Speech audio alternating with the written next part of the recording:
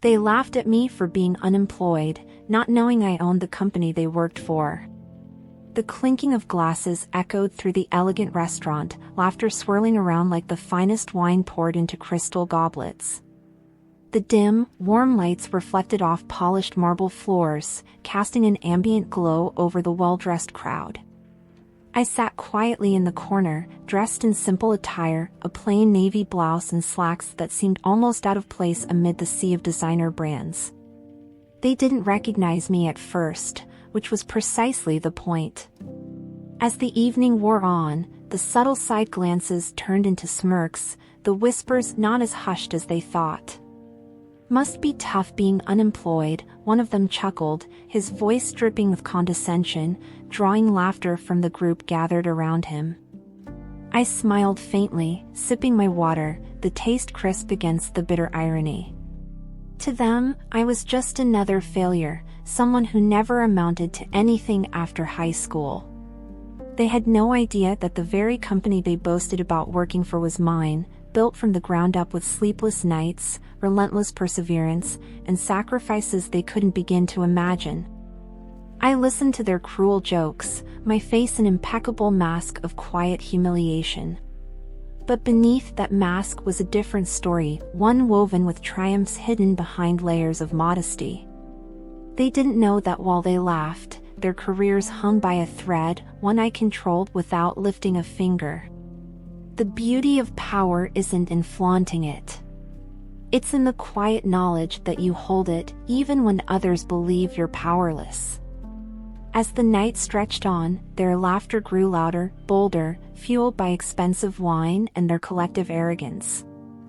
I didn't interrupt, didn't defend myself. There was no need. Tomorrow would be a different story. They would walk into their offices with the same smug expressions, unaware that their lives were about to change forever. I thought about that as I quietly excused myself, leaving the echoes of their mockery behind. The cool night air greeted me like an old friend as I stepped outside, a small, knowing smile curving my lips. They had no idea who I was. But they would soon. The invitation arrived on an ordinary Tuesday morning, buried between bills and advertisements in my mailbox. It was embossed with gold lettering, the kind that screamed pretentious elegance, inviting me to a high school reunion I never planned to attend. As I held the thick cardstock in my hand, memories of those years rushed back, hallways filled with whispered gossip, stolen glances, and the sting of exclusion. I'd been the quiet one, the girl with thrift store clothes and dreams too big to fit into the small minds of my classmates. The very thought of seeing them again stirred something inside me, a mixture of curiosity and something darker, like an old bruise pressed too hard. For hours, the invitation sat on my kitchen counter, daring me to make a decision. Part of me wanted to throw it away, to pretend it never arrived.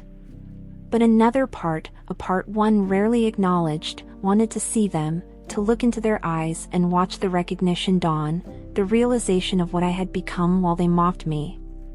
Not for revenge, exactly. It was something subtler, more complex. A quiet reckoning. By evening, curiosity won.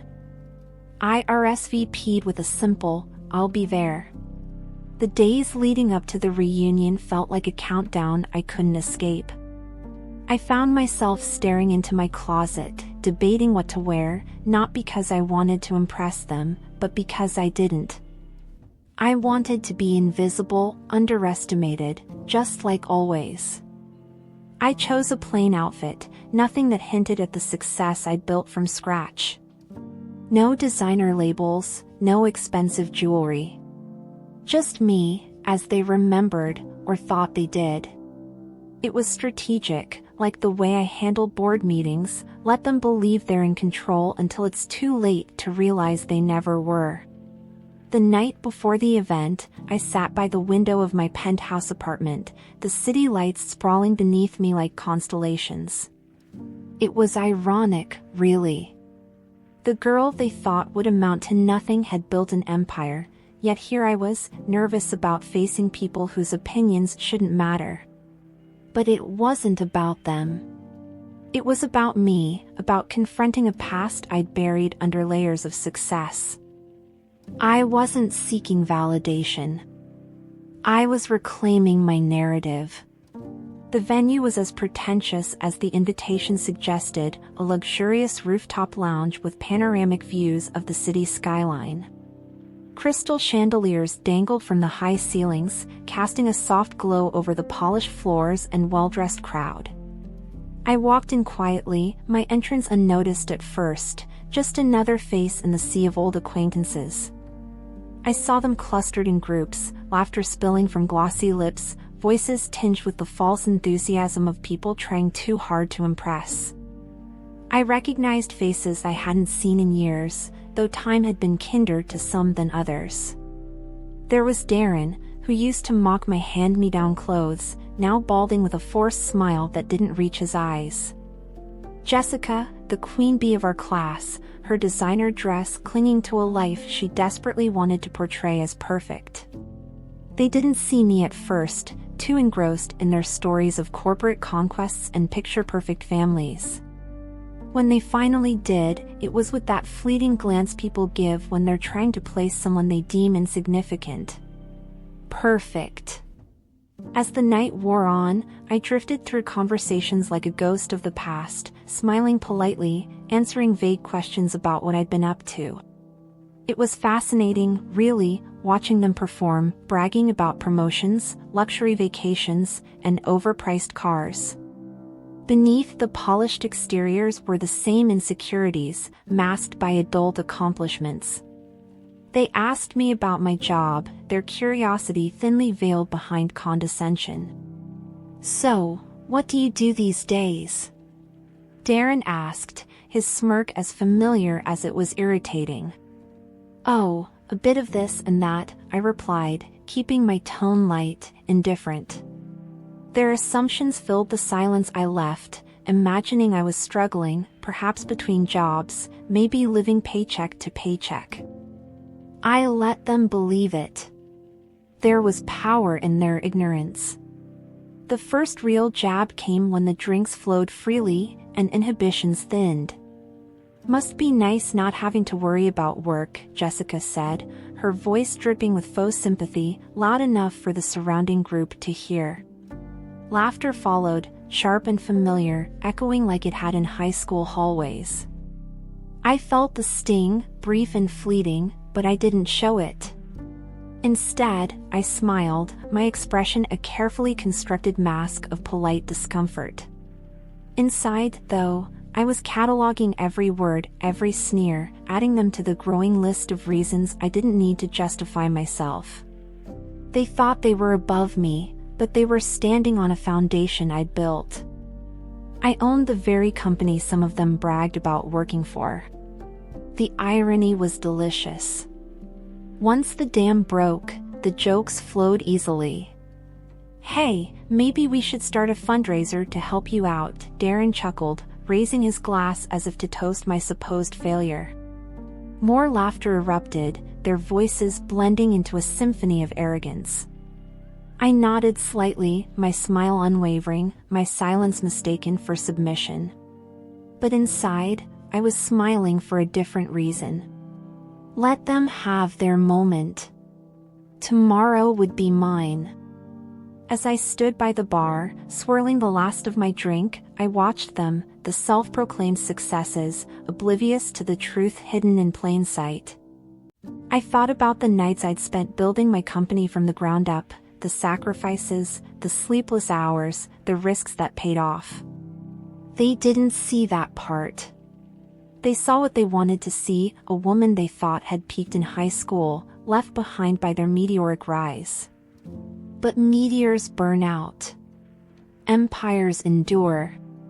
The evening reached its peak when Darren, emboldened by the attention and an excess of expensive whiskey, tapped his glass with a fork, demanding silence. "Let's raise a toast," he slurred slightly, his grin wide and smug. "To success," he announced, glancing around at the crowd, his gaze lingering on me just a fraction longer, and to those of us who actually managed to find it. Laughter rippled through the group, casual and careless, as if his words weren't deliberately sharpened. I felt dozens of eyes flick toward me, some with amusement, others with pity thinly veiled behind polite smiles. I simply raised my glass slightly, my face the picture of calm indifference, but inside, the embers of satisfaction burned steadily. Let them celebrate now. Tomorrow's toast would be mine, served cold with a side of poetic justice. Darren continued his self-congratulatory speech, regaling everyone with tales of his corporate conquests, peppered with humble brags disguised as life lessons. He spoke of leadership, of resilience, completely unaware that the very principles he claimed to champion were foreign concepts to him. It was ironic, listening to him wax philosophical about making it, while knowing he reported to a company where I had the final say. I watched him closely, memorizing the arrogant tilt of his chin, the way his laughter filled the room, drowning out any voice but his own. The more he spoke, the clearer it became, he thrived on being the loudest, never suspecting that the real power often belonged to the quietest person in the room. As the applause faded and the crowd dispersed into smaller conversations, Darren approached me with the smugness of a man convinced of his own superiority. "You know," he said, swirling the remnants of his drink, "if you ever need help finding a job, let me know. I might be able to pull some strings." His words hung in the air, heavy with condescension, his smirk daring me to challenge his assumed dominance. I met his gaze, letting a small smile tug at the corner of my mouth. "Thanks, Darren," I replied smoothly, "but I think I'll manage." The words were simple, but laced with an amusement he didn't catch. "Not yet." As the night drew to a close, I slipped away quietly, unnoticed amid the laughter and clinking glasses. The cool night air outside felt like a release, washing over me as if shedding the remnants of old insecurities. I walked to my car, a modest sedan parked alongside luxury vehicles, its simplicity a deliberate choice. Sliding into the driver's seat, I exhaled deeply, not from relief, but anticipation. Tomorrow would be the beginning of a reckoning they never saw coming. Driving through the city streets, I reflected on the layers of my life, the journey from overlooked to overachiever, hidden beneath the facade of mediocrity. It had always been easier to let people underestimate me. Their low expectations were a shield, allowing me to maneuver undetected. But tomorrow, that shield would drop, replaced by the undeniable truth of who I was and what I had built. The thought brought a small, genuine smile to my face as the city lights blurred past the windshield, each one a reminder of battles fought and won in silence. Back in my apartment, I sat by the floor-to-ceiling windows, staring out over the city skyline. The darkness outside mirrored the calm before a storm, a quiet contrast to the turbulence I was about to unleash. My phone buzzed with a message from my assistant, "Board meeting confirmed for tomorrow at 9 a.m. All key executives will be present." I responded with a simple, "Perfect," before setting the phone down. The pieces were in place. The boardroom awaited. And so did they. The morning sun broke through the clouds with a sharpness that felt symbolic, casting long shadows across my penthouse floor. I stood before the mirror, meticulously dressing in a tailored suit that exuded quiet authority. Gone was the understated outfit from the night before, replaced by sleek lines, polished shoes, and a subtle but undeniable presence. As I adjusted the delicate gold cufflinks, an understated nod to my success, I felt a sense of clarity settle over me. Today was not just another board meeting. It was the day I stepped out from behind the curtain. The office tower that housed my company's headquarters loomed ahead, its glass facade reflecting the morning sky. I entered through a private entrance, avoiding the bustling lobby where employees scurried to start their day, oblivious to the shift that was about to occur. My footsteps echoed softly in the executive hallway, each one measured, deliberate. I passed by familiar faces, assistants, managers, none of whom knew the full extent of who I was beyond the occasional conference call or email signature. That anonymity had served me well, until now. In the privacy of my office, I reviewed the final details. Documents meticulously prepared outlined every infraction, every unethical decision made by the very people who had mocked me.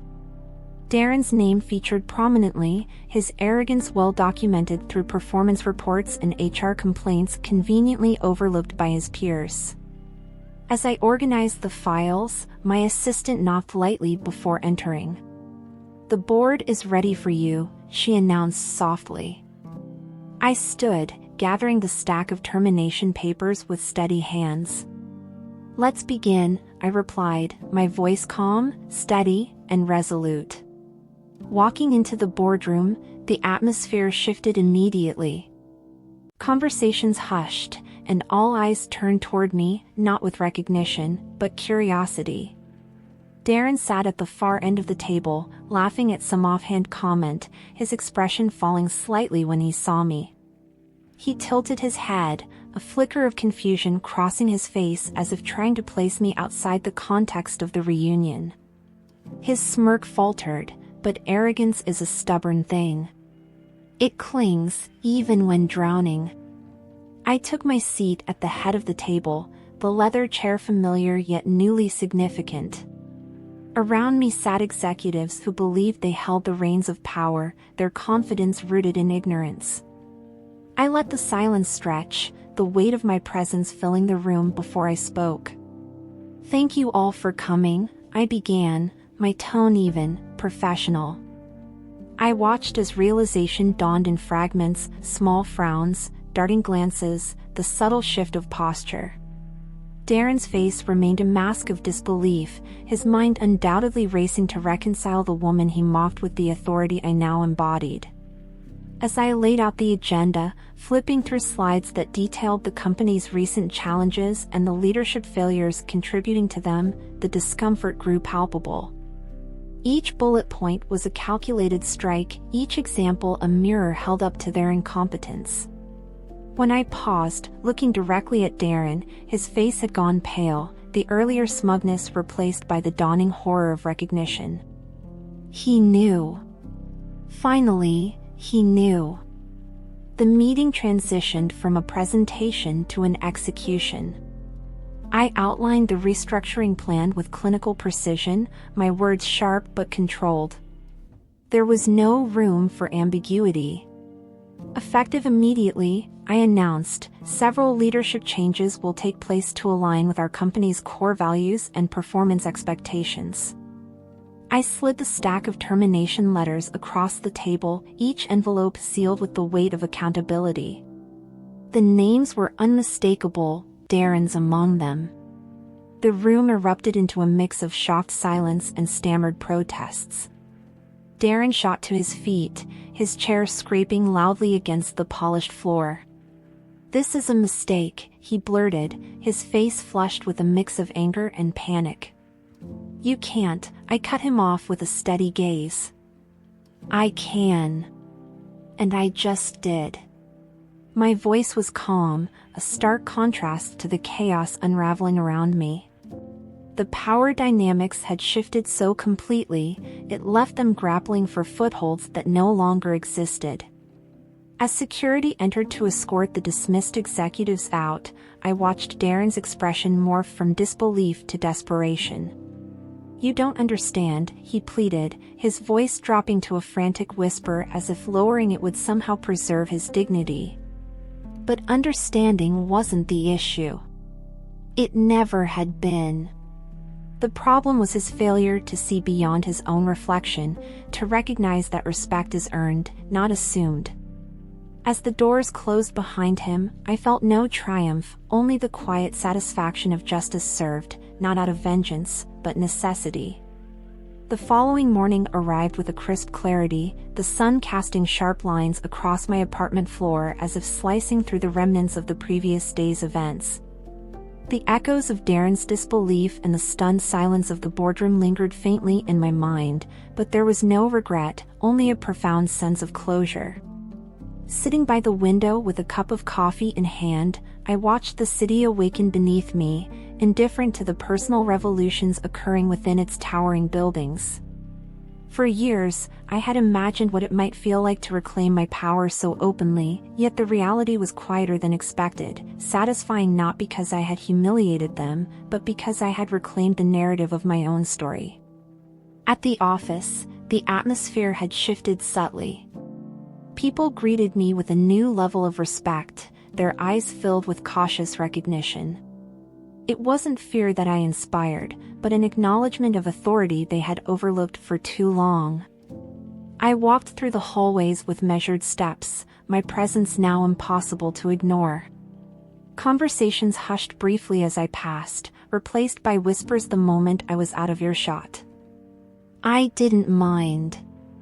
Let them talk. It was human nature to fill in gaps with speculation, and I had no obligation to clarify. My focus remained on steering the company forward, ensuring the culture of complacency Darren and his ilk had fostered was dismantled, brick by brick. Later that day, I met with my executive team, those who had remained silent during Darren's downfall, not out of fear, but out of professional prudence. They understood the shifting tides and knew better than to anchor themselves to sinking ships. The meeting was efficient, productive, devoid of the performative arrogance that had previously plagued such gatherings. We'll rebuild, I said, my voice steady, not just the structure of leadership but the integrity of this company. As I outlined my vision, I felt a renewed sense of purpose, unburdened by the need to prove anything to anyone. The facade had been lifted, and in its place stood the undeniable truth of who I was, a leader not defined by titles or applause, but by resilience and quiet strength. The next morning, as employees logged into their inboxes, an email from the CEO appeared at the top of every screen, marked with the company's signature emblem and a subject line that read simply, "Leadership Changes and Our Path Forward." The content was direct and unapologetic, a detailed announcement of the restructuring, the dismissal of key executives, and a reaffirmation of the company's core values. No sugarcoating, no corporate jargon to soften the blow. It was a message of accountability, and it landed with the weight of undeniable truth. The response was immediate. Office chat rooms buzzed with speculation and disbelief, the news spreading faster than wildfire across departments. I sat quietly in my office, sipping my coffee as I watched the ripple effect unfold through security footage discreetly displayed on my secondary monitor. Employees gathered in hushed clusters, their expressions a mixture of shock and intrigue. Darren's former colleagues scrolled through the email repeatedly, as if rereading it might change its meaning. It didn't. The truth was laid bare, immutable and final.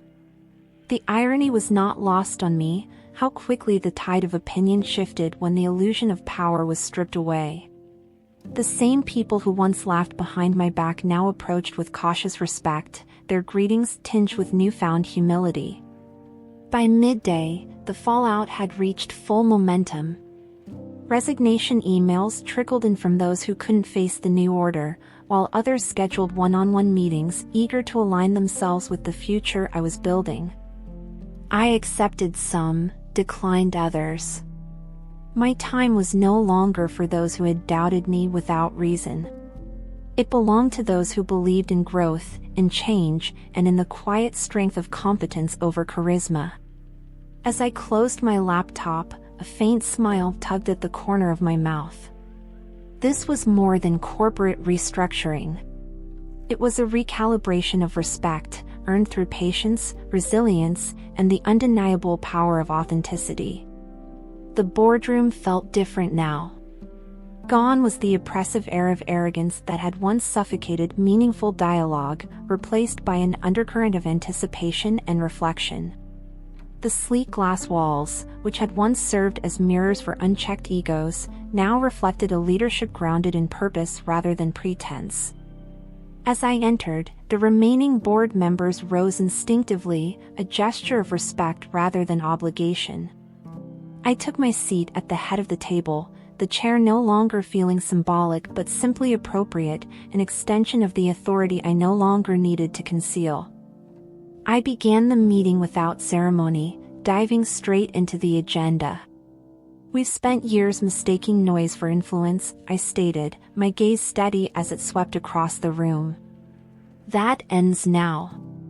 The words settled over the boardroom like a verdict, not harsh but definitive. I outlined the new leadership structure, emphasizing accountability, innovation, and the dismantling of toxic hierarchies. The room was silent except for the soft click of pens and the occasional nod of agreement. Even the most seasoned board members, who had once been complicit in Darren's rise, listened intently, their expressions reflective rather than defensive. As the meeting concluded, I stood, gathering my notes with deliberate precision. "Leadership isn't about being the loudest voice in the room," I said quietly, my words hanging in the air like a final chord. "It's about knowing when to listen, when to act, and when to let silence speak for itself."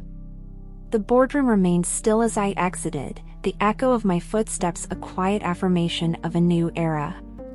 Outside, the office hummed with subdued energy, the shift in leadership felt even by those not present in that room. I walked through the hallways, no longer a shadow but the embodiment of a truth that needed no introduction.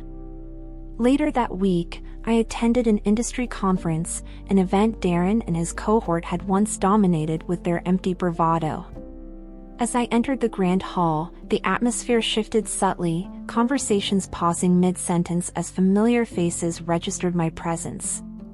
Some looked away quickly, their expressions betraying discomfort, others stared openly, curiosity etched into every line of their faces. Darren was there too, his once confident posture now stiff with the awkwardness of public exposure. Our eyes met across the room, and for a brief moment, time seemed to stretch between us, filled with unspoken acknowledgments of what had transpired. He approached eventually, his steps hesitant but driven by the remnants of pride he couldn't fully abandon. "Didn't expect to see you here," he muttered, attempting a casual tone that fell flat against the tension between us. I regarded him evenly, my expression neutral. "This is exactly where I'm supposed to be," I replied, the simplicity of the statement more cutting than any elaborate retort. He faltered, the weight of realization settling visibly on his shoulders. There were no grand apologies, no dramatic confrontations, just the quiet understanding that the power dynamic had shifted irreversibly. As the conference progressed, I engaged with industry leaders, my insights sought after not because of my title, but because of the substance behind it. Darren faded into the background, a relic of a bygone era, his influence reduced to whispers and sideways glances. The contrast was stark, a living testament to the fact that true respect isn't commanded through arrogance but earned through consistency, competence, and quiet resilience. As I left the event, the cool evening air felt like a silent applause, not for a performance, but for a truth finally recognized. Months passed, and the dust settled. The company flourished under its new leadership structure, innovation thriving where stagnation once reigned. The changes weren't just cosmetic, they were cultural, embedded in every project, every decision. One afternoon, during an employee town hall, I decided it was time to address the broader team directly, not as a hidden figure, but as the leader I had always been. The auditorium filled quickly, the buzz of anticipation palpable as I took the stage. "I know many of you wondered who I was when I first stepped into this role," I began, my voice steady, resonating through the hall. "The truth is, I've always been here, watching, listening, learning. Not because I needed to hide, but because I needed to understand." I shared my journey, not as a victory lap, but as a narrative of growth, resilience, and the importance of seeing beyond surface impressions. The room was silent, not out of obligation, but genuine engagement. When I finished, the applause wasn't thunderous, it was steady, heartfelt, the kind that speaks of respect earned, not demanded. As I stepped off the stage, employees approached, not with rehearsed pleasantries, but with genuine conversations, questions, and reflections. It was the culmination of everything I had worked for, not just professionally, but personally. The journey from invisible to undeniable wasn't marked by a single moment of triumph, but by the quiet, consistent steps taken in the face of doubt, both from others and from within. And in that realization, I found not just success, but peace.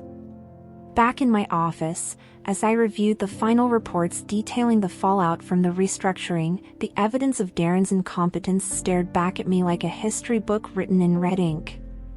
Financial discrepancies, project delays, unaddressed HR complaints, it was all meticulously documented, though previously buried under layers of office politics and personal favoritism.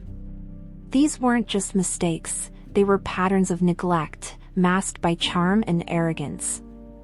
I read through each report, not with satisfaction, but with a sober acknowledgement of how easily such failures could flourish when appearances were prioritized over substance.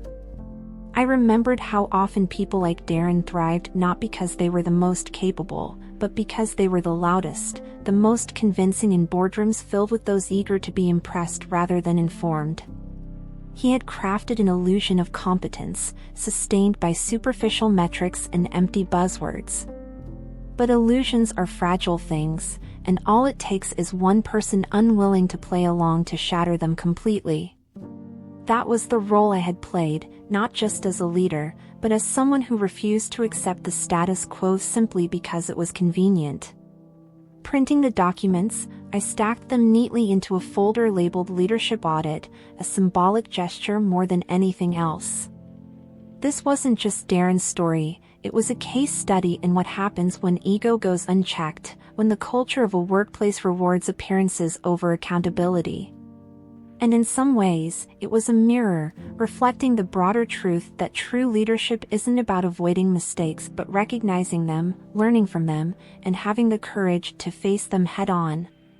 As I closed the folder, I felt a sense of finality, not just in Darren's chapter, but in my own journey of silent endurance. The days following the announcement were filled with unexpected consequences. My inbox, once a place for routine updates and reports, was now flooded with emails from former executives, including Darren, whose messages oscillated between denial, justification, and ultimately, desperate pleas for reconsideration. His tone had shifted dramatically, from condescending to contrite, his once bold confidence now reduced to fragmented apologies sprinkled with attempts to rationalize his failures. "It was just office politics," he wrote. "You know how it is." But I did know, and that was precisely why I wasn't swayed. In his final email, Darren tried a different tactic: nostalgia. He referenced the reunion, as if the shared past could bridge the chasm his actions had carved. "We were just old friends catching up," he wrote, joking around like we used to. The irony was almost laughable. Friends? No, we were never friends. We were classmates at best, coexisting in a space where he thrived on belittling others to inflate his fragile ego. His words felt like an attempt to rewrite history, to paint himself as a misunderstood figure rather than the architect of his own downfall. I didn't respond. There was nothing left to say. Darren's desperation wasn't rooted in genuine remorse, it was fear of irrelevance, of being stripped of the title that had defined him. And perhaps that was the most fitting consequence of all. Not public humiliation, but obscurity. People like Darren crave the spotlight, and losing it is a punishment far more profound than any formal reprimand. As I archived his emails, I felt no triumph, only the quiet reaffirmation that walking away sometimes speaks louder than any response could. Weeks later, I crossed paths with Darren unexpectedly at a corporate networking event. The contrast between us was stark, not just in posture or expression, but in presence. He stood near the fringes of the room, his demeanor subdued, his laughter forced and brittle compared to the effortless charm he once wielded like a weapon. Our eyes met briefly, a flicker of recognition passing between us, and he approached with hesitant steps, as if each one weighed more than the last. "Hey," he greeted, his voice lacking its usual bravado, replaced by a strained casualness. "Didn't expect to see you here." His attempt to reclaim some semblance of familiarity fell flat, echoing like an awkward note in a well-tuned symphony. I nodded politely, my expression neutral. "Business doesn't stop for anyone," I replied, the double meaning lingering in the space between us. He chuckled nervously, shifting from foot to foot, searching for words that wouldn't come. The silence grew, heavy and undeniable, filled with all the things left unsaid. After a few more strained pleasantries, Darren finally blurted out, "You know, I've been thinking a lot about what happened. Maybe I made some mistakes." His admission hung in the air, but it wasn't an apology. It was a statement of fact, devoid of accountability, as if acknowledging failure was enough without the burden of true reflection. I met his gaze evenly, my voice calm when I responded. "Mistakes aren't the problem, Darren. It's what you do after that defines you." With that, I turned away, leaving him standing alone in a room that once revolved around him. The message was clear: growth is silent, and so is dignity. Back at the office, the ripple effects of Darren's dismissal were still unfolding. Employees who had once felt invisible found their voices, emboldened by the shift in leadership. During a company-wide meeting, I addressed the changes head-on, standing before a sea of faces filled with curiosity and cautious optimism. "This isn't just about new names on an organizational chart," I began, my voice resonant and firm. "It's about redefining what leadership looks like, what it should have looked like all along." The room was silent, not out of fear, but attentiveness. I continued, "Accountability isn't a punishment. It's a foundation. And respect isn't given because of a title, it's earned through actions." As I spoke, I saw nods of agreement, subtle shifts in posture that indicated more than passive listening. This wasn't just about Darren anymore. It was about a culture that had allowed people like him to thrive unchecked. We were dismantling more than just roles, we were rebuilding an environment where integrity mattered more than influence. After the meeting, employees approached me, not out of obligation, but genuine engagement. They shared ideas, concerns, hopes. It was a dynamic I hadn't experienced before, one rooted in mutual respect rather than fear or formality. Darren's absence was palpable, but not as a void, more like the removal of a weight that had long stifled growth. In his place, new leaders emerged, not because they were loudest, but because they were ready to lead. And that was the real victory, not the fall of one man, but the rise of something better in his wake. Rumors of Darren's desperate attempts to secure new employment spread quietly through professional circles. His LinkedIn profile, once a testament to inflated achievements, now read like an echo of a career built on borrowed credibility. I heard from colleagues in passing, mentions of failed interviews, awkward networking attempts, his reputation preceding him like a shadow he couldn't outrun. It wasn't schadenfreude that I felt, but a detached acknowledgement of consequences unfolding as naturally as cause and effect. One afternoon, I saw him again, not at a high-profile event, but in a modest cafe near the business district. He sat alone, scrolling through his phone with the kind of restless energy that comes from too much time and not enough purpose. Our eyes met briefly, but he looked away quickly, a reflexive reaction to a past he couldn't escape. There was no confrontation, no exchange of words.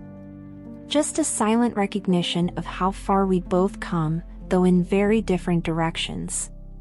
As I left the cafe, I reflected on the irony of it all.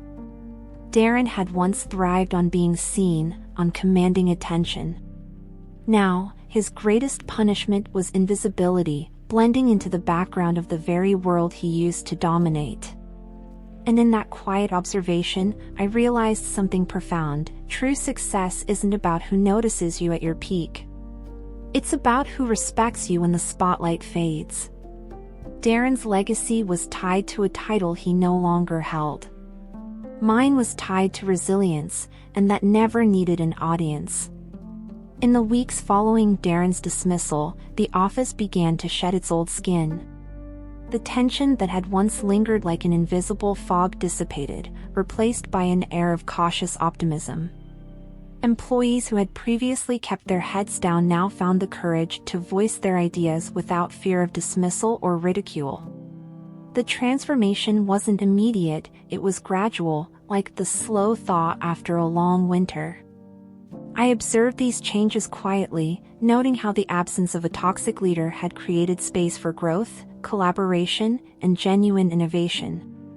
The culture of the company began to shift from one rooted in hierarchy and ego to one fueled by respect and competence.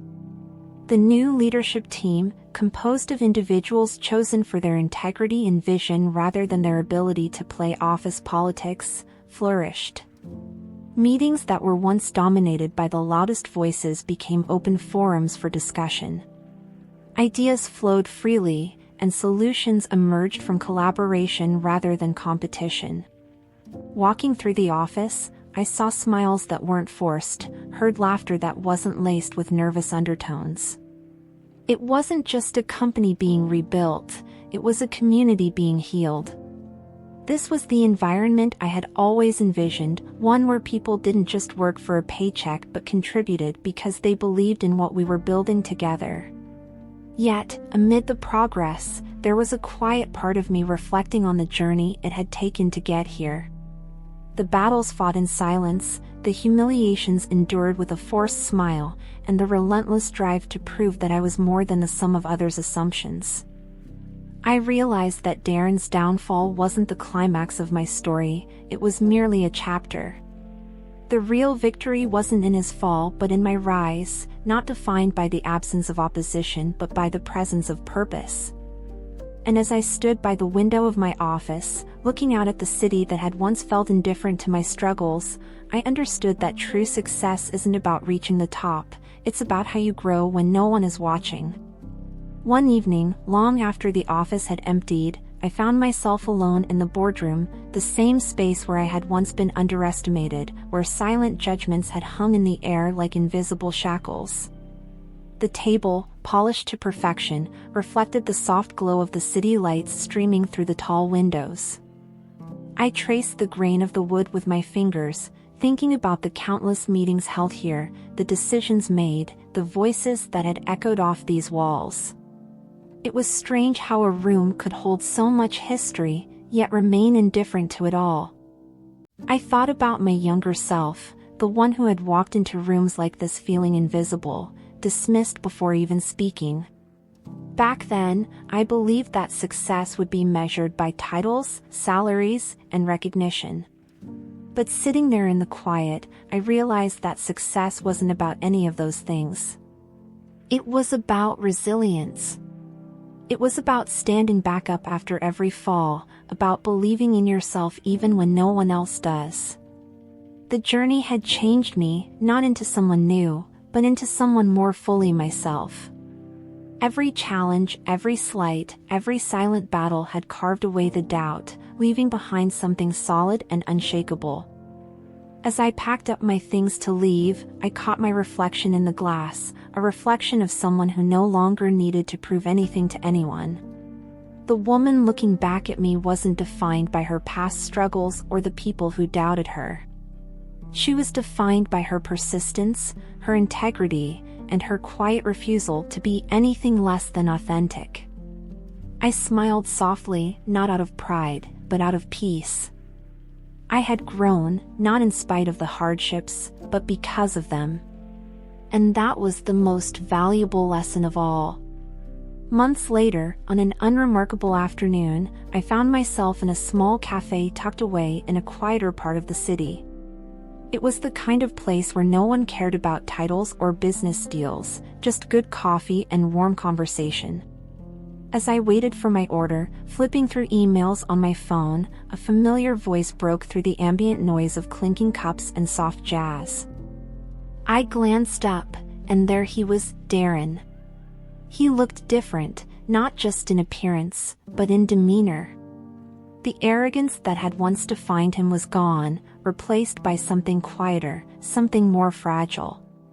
He saw me almost immediately, his face registering a mix of surprise and discomfort. For a moment, he hesitated, as if deciding whether to acknowledge me or pretend not to see me. Eventually, he approached, hands shoved into the pockets of his worn jacket, no trace of the expensive watches he used to flaunt. "Hey," he muttered, his voice subdued, stripped of its usual bravado. I nodded politely, unsure of what to expect. He didn't launch into excuses or defenses. Instead, he simply said, "I guess I had to lose everything to realize how much I'd been blind to." His words hung in the air, raw and unpolished. I didn't respond immediately. I just studied him, seeing not the man who had mocked me but someone who had been forced to confront himself in ways he never expected. There was no satisfaction in his downfall, no sense of victory. Life had already dealt him the lessons I never needed to deliver. "It's not about what you lose," I finally replied, "but what you learn from it."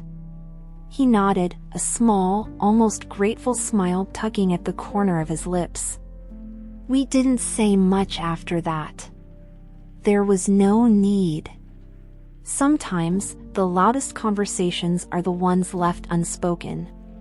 A few weeks after that encounter, I received an unexpected email. It was from Darren. Unlike his previous messages, this one wasn't filled with apologies or attempts to justify his past. Instead, it was simple: "Thank you for not being cruel when you had every right to be." I read the line over and over, surprised by the quiet vulnerability it held. There was no hidden agenda, no ulterior motive, just a genuine acknowledgement of growth, both his and mine. I thought about how easy it would have been to meet his downfall with smugness, to relish in the reversal of our roles.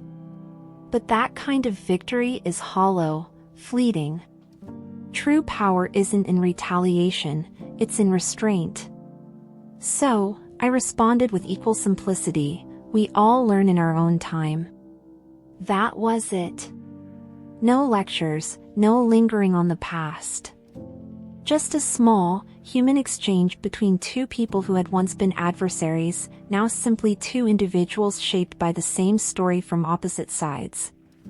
That brief correspondence reminded me of something I'd nearly forgotten: that kindness isn't weakness, and grace doesn't diminish strength. Sometimes, the most profound acts of power are the quietest ones, the decisions to choose understanding over vengeance. In a world obsessed with winning, there's something revolutionary about letting go, about recognizing that the greatest victories are often the ones that leave both people better than they were before. As the years passed, I often reflected on that chapter of my life, not with bitterness, but with gratitude. The humiliation, the silent battles, the quiet victories, they had all been teachers in their own right. I learned that success isn't linear, and it certainly isn't defined by the approval of others. It's messy, filled with setbacks, doubts, and unexpected lessons. But it's also beautiful in its imperfections, shaped not just by the heights you reach but by the resilience you show when you fall. I found that the most important lessons weren't about business strategies or leadership tactics. They were about people, understanding them, navigating the complexities of egos, fears, and insecurities. I learned that empathy doesn't make you vulnerable, it makes you wise. That integrity is non-negotiable, even when no one's watching. And perhaps most importantly, I learned that your worth isn't determined by how others see you, but by how you see yourself when the world isn't looking. Those lessons stayed with me, guiding me not just in my career but in life. They shaped how I led, how I connected with others, and how I approached challenges. And as I continued to grow, both personally and professionally, I carried those lessons like a quiet compass, always pointing me back to the simple truth that strength isn't about never falling. It's about always getting back up. With time, the company evolved beyond what I had ever imagined. It wasn't just a place of work, it had become a space where ideas thrived, where people felt seen and valued. The culture we built wasn't perfect, no place ever is, but it was real, grounded in the lessons of our past and the hopes for our future. I watched new leaders rise, not because they fit a mold, but because they broke it in the best ways. They challenged, questioned, innovated, and they did so with integrity. Eventually, I decided to step back, not out of exhaustion, but out of fulfillment. I had given all I could, and it was time to make space for new voices, new perspectives. It wasn't a farewell filled with speeches or grand gestures. Just a quiet transition, marked by gratitude and reflection. As I packed up the few personal items from my office, I glanced around one last time, not with nostalgia, but with pride. This place had been part of my story, and I had been part of its transformation. But our stories were never meant to be confined to one chapter. Walking out of the building for the last time, I felt light, not because I was leaving something behind, but because I was carrying something with me, the knowledge that I had mattered, not because of the title I held, but because of the difference I made. And in that realization, I found a new beginning. Years later, reflecting on everything, I realized that the true victory was never about proving Darren, or anyone else, wrong. It wasn't about titles, recognition, or even redemption. The real triumph was in the quiet, steady growth, and becoming someone I was proud of, regardless of who was watching. It was in the relationships built, the lessons learned, and the resilience forged in moments when giving up would have been easier. I understood that life's most profound victories often go unnoticed by the world. They're found in the decisions we make when no one is applauding, in the integrity we maintain when it costs us something, and in the courage to keep going even when the path is unclear. That's where the real story lives, not in the headlines, but in the heartbeats between them. Looking back, I wouldn't change a thing. Not the humiliation, not the struggles, not even the moments of doubt. Because they shaped me. They taught me that success isn't about who stands beside you when you win, it's about who you become when you lose. And that, I realized, was the greatest victory of all. Sitting by the window of my small, cozy home, far from the towering skyscrapers and bustling boardrooms, I watched the sunset paint the sky in shades of orange and pink.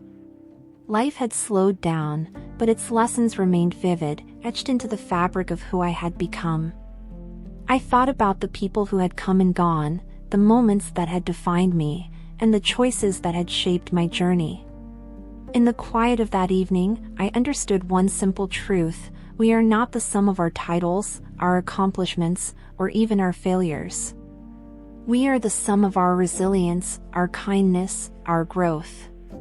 The stories we carry aren't about the battles we win, but about how we fight them, with grace, with courage, and with an unwavering belief in our own worth. And as the sun dipped below the horizon, I smiled softly, knowing that my story wasn't defined by the chapters others tried to write for me. It was defined by the ones I wrote for myself. And in that, I found peace.